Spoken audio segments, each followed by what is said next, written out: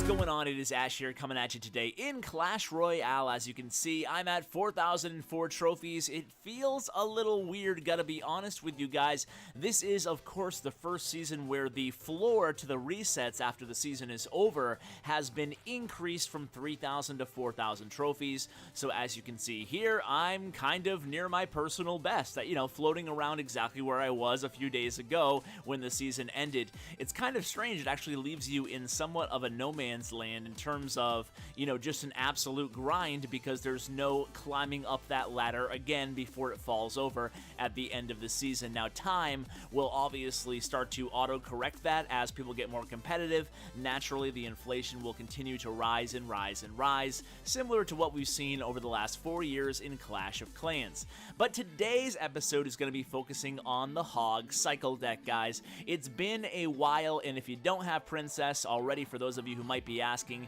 you really have a lot of options. The Archer and the Spear Goblin here, you can slide right in that spot with no issues at all. Obviously, you can also add an array of different cards, serving a little bit of a different utility, but also giving the deck a fresh, different type of options. You can add the Ice Spirits, you can certainly add Skeletons or Minions as well. So this is basically the deck, guys. The only real difference between this deck and the old school HOG cycle deck is the Ice Spirit. The Ice Spirit replacing what used to be the Skeleton in the deck. Obviously, Ice Spirit is an absolute phenomenal card defensively and even offensively. I like it a lot. Ice Spirit definitely, by far and away, one of the best values in the entire game. So it's funny, I haven't played a HOG cycle deck like this. Basically, it's a trifecta without the Valkyrie, but I haven't played a deck like this in quite a long while, and I kind of went back to it because this is my roots, guys. This is actually where I started the game. This is where I had success in the YouTube tournament in, and this is what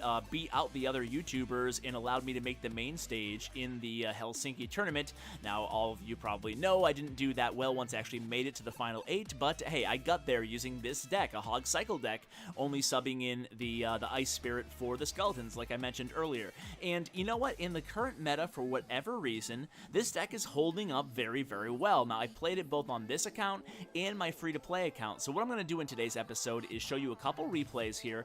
I'm going to kind of talk you through the next one after this. We'll do the play-by-play. This one I kind of want to outline the goals of the deck and kind of refresh our memory, because it's been a while, at least for me, maybe some of you guys too. So as I show you this replay or two, we'll go ahead and hop into a live match after that. And then what I want to do is something a little bit new, switching things up a little bit. And what I want to do is swap over to my free-to-play account after that, and then hop into a few live matches there as well, so you can kind of get a feel for how to use a HOG cycle deck in Arena 7-ish. I think I'm in Arena 7 in my free-to-play account, level 8 regardless. So we'll go ahead and try a different variation of the deck. We'll take out the Ice Spirit, take out the Princess, and put in a couple of substitution cards. We'll talk about your options, and hopefully we'll have a lot of success at both levels, on my main and on my mini. So let's go ahead and hop into this match here. Refreshing your guys' memory, I mean, there's not a ton to get to regarding the strategy, both offensively and defensively, regarding this deck, right? So your defensive weapon, your number one weapon, is your only structure. Obviously, your cannon. You can see I just used the cannon right in the middle of the map.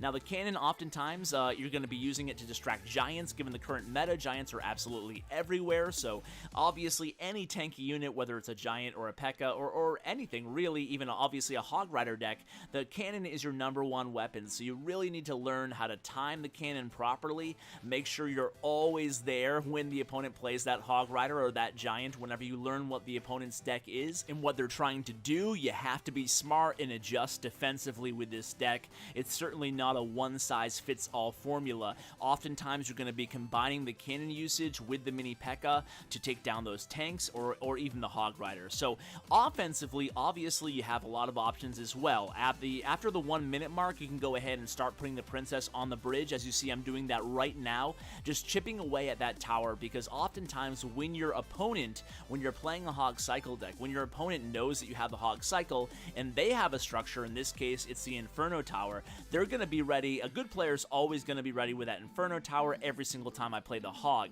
Now, he misplaced the Inferno Tower, able to sneak in the mini P.E.K.K.A. and I pick up the W, but that's what it's all about. Basically, what you want to do is, if your opponent has a defensive structure, it can be very frustrating playing a Hog Rider or a HOG cycle deck of any sorts. So what you need to do is make sure you combo correctly every single time, and don't be discouraged when your opponent shuts down your pushes. It's gonna happen more often than not. All you need is for that hog to get to that tower, or the mini P.E.K.K.A to get to that tower 1 or 2 times, and it should be very, very low, if not down already. So be consistent, guys, both offensively and defensively. You need to get into a rhythm. It's very, very similar to a trifecta deck.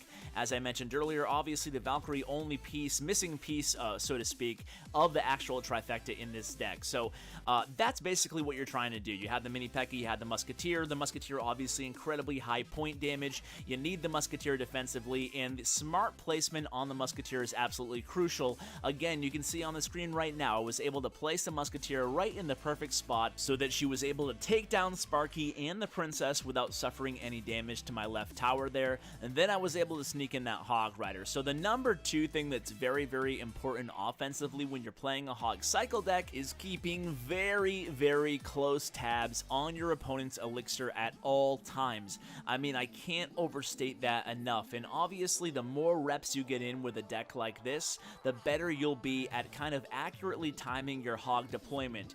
There's really kind of a sixth sense almost in kind of gauging how much elixir your opponent has at all times, and then you can kind of pick and choose your spots for that Hog Rider much, much better there. You can see right now my opponent playing another Sparky. At this point, I know what my opponent has. He has a minor Sparky deck. Obviously, he has the Inferno Tower as well. So my goal is to really shut down this Sparky push, and then hopefully leave me with enough surviving troops to really mount a very strong, aggressive, offensive counter push. So here comes Sparky. We're going to go ahead and you can see drop the cannon there. Try to distract Sparky. I wasn't sure if Sparky was going to go ahead and end up targeting that cannon, so I zapped it. Obviously, once you use a zap against Sparky, you're afforded another 5 seconds before Sparky will fire again. So definitely take advantage of that time. You need to make sure you time the zap so it's available when they use Sparky. Now, a lot of smart Sparky players, like this guy, will have a lot of other lethal options that really require the zap spell in their deck. So, for example, this guy has a Sparky, obviously needs zap for that. He has the Minion Horde, needs zap for that, and he has the Goblin Barrel. So that's what he's trying to do with his deck. So we want to make sure we stop that.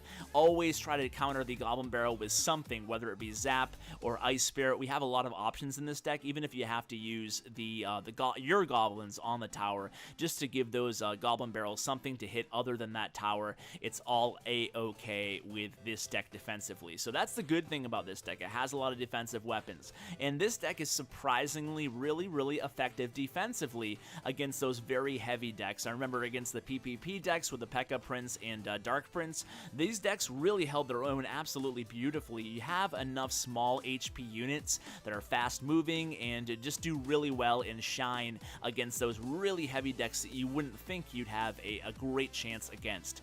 And if you're having issues with more of a spammy decks like minor cycle decks, you can go ahead and add those Fire Spirits for the Princess, and I think you might actually be happy with that adjustment there. So let's go ahead and hop into a live match here, and hopefully we win, and then we'll hop into my free-to-play account and get a couple matches in over there as well. So I could go aggressive with this starting hand, going ahead and using the Hog Rider in one lane, and then I could swap lanes and go Mini P.E.K.K.A and Ice Spirit, and usually an opponent probably won't have a lot of weapons against a push like that, but I like playing a little bit more conservatively. We are pretty high in trophies too, so I'd like to win as well. Maybe inch a little bit closer to my personal best. So what we're going to try to do here is wait to see what they're doing defensively. You can see obviously they're playing a minor deck, and then we'll try to adjust to that. So just thinking very defensively minded in the beginning of the match so we can try to get a feel for what my opponent has in terms of cards. So, oh, check this out. This ought to be good, guys. He's playing a Sparky right now. We're going to go ahead and zap it there. That will go ahead and hopefully allow my Hog Rider to get 2 or 3 hits in. I was really hoping that the Musketeer there would take out that Sparky, but she retargeted to the Ice Wizard. Oh man, that worked out really, really poorly, but my Princess here will take down down Sparky. So now we're just going to go ahead and put a mini P.E.K.K.A on this oncoming giant here. But that push by me could have been so much more lucrative here. So I've actually lost track of how much elixir I think my opponent has right now. So I'm going to go ahead and just let this mini P.E.K.K.A charge to his death, the poor unfortunate soul. And then we'll go ahead and put a musketeer down and take care of these minions here. Don't want to leave minions unchecked against your tower. You guys already know that, but worth restating there. So here comes a little push here. I think he probably has a barbarian. He does. We're gonna go ahead and zap, get another hit or two on that tower. It's all okay with me because look at this musketeer. Actually, he's going to take down these barbarians, I think, here. Come on, musketeer. She's gonna take down the barbarians and get a couple hits in herself. So that was actually a pretty lucrative push. I feel pretty good about that one. So let's go ahead and put a princess down. Obviously, just gonna keep expecting this Sparky to be reloaded. It's gonna be Sparky push after Sparky push after Sparky push here. I'm going to go ahead and sneak a Hog Rider in the opposite lane, and I'll tell you why in just a second. First, let me go ahead and get a cannon on the board here quickly. That was bad. Bad cannon placement there. I don't know why I got a little bit too aggressive there on that cannon placement. There was no need to put it that close to that giant there. But I do want to talk about why I put that Hog Rider in the goblins in the left lane. I mean, there's only 20 seconds left. Well, there's probably only about 45 seconds left at the time that I did it.